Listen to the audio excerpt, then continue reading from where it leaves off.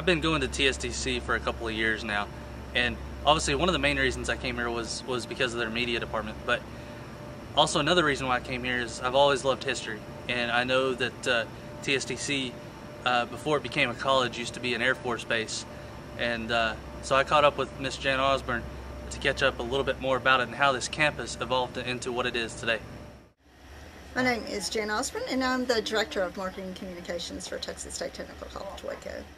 Well, in 1964, or approximately December 1964, the government, U.S. government announced that they would be closing a number of bases, and James Conley Air Force Base was one of those that was targeted to close. So at that time, a group of civic leaders from Waco went to Washington to plead their case.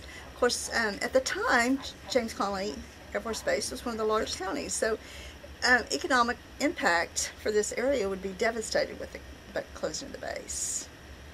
They were not successful in this initiative, but out of that came the college. At that time, it was part of, when it originated, in part of the A&M system. So we officially became James Conley Technical Institute in April of 1965. All right. So if you wouldn't mind telling us a little bit about the other schools, not just Waco, but the other schools around the state of Texas, if you don't mind. Texas State Technical College, when it became its own system of colleges, under that, other than Waco was of course the original campus, but we have in South Texas, we have TSTC Harlingen. In West Texas, we have TSTC West Texas with branches in Abilene, Breckenridge, and Sweetwater.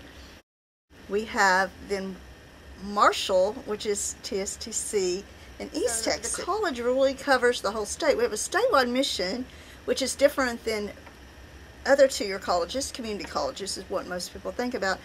But when we have a board of regents, 9 regents appointed by the governor that govern everything we do, and we have a chancellor.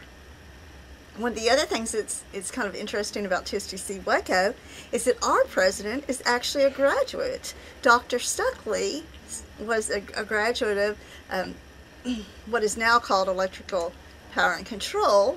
Back then it had a different title, but he's a graduate, so he truly is TSTC in every sense of the word. He came back later and taught after working in industry for a number of years, then became the Dean of Instruction, and then the president. So I think that's interesting because most colleges don't have the president being an actual alumni. TSTC also has a very large airport, and I also understand that not only President Bush but other politicians running for president has come through Waco and landed at this airport as well. One of the other things about having a large airport that we do, when many presidents come to Waco to visit, they land here because of the size of our runways. Air Force One to land here, and even some people running for president have always come here. But one thing that was quite interesting, for the 8 years that President Bush was president, when he would come home to Crawford, he always landed here. So that was kind of exciting, and a lot of heads of state. So our airport has seen a lot of historical things happen. When he started, came here, Air Force One would land, Marine One would come and take them to Crawford, and then when President Bush ended his presidency and came back home, it was to our airport that he landed. So that's really something that most schools can't say. All right, so several of the names on a lot of these technology buildings, where do those names come from, and what type of significance did they have, or any did they have on the campus? Well, one of the things I think is important when you look around the campus and you see some of the names of the buildings on the campus, and people aren't sure why is the Fentress Center called the Fentress Center, or Province Center, or Province Center. Those are all people that were so instrumental in the development of the campus. There was Harlan Fentress, there was J.H. Colgan, there was Harry Province, and of course John Connally was governor at the time.